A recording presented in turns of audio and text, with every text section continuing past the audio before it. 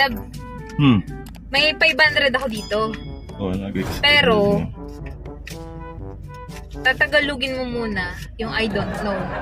Itong 500 na to, magiging sa'yo. Tagalog ng I don't know. Oo. Hindi ko alam. Ba't di mo alam?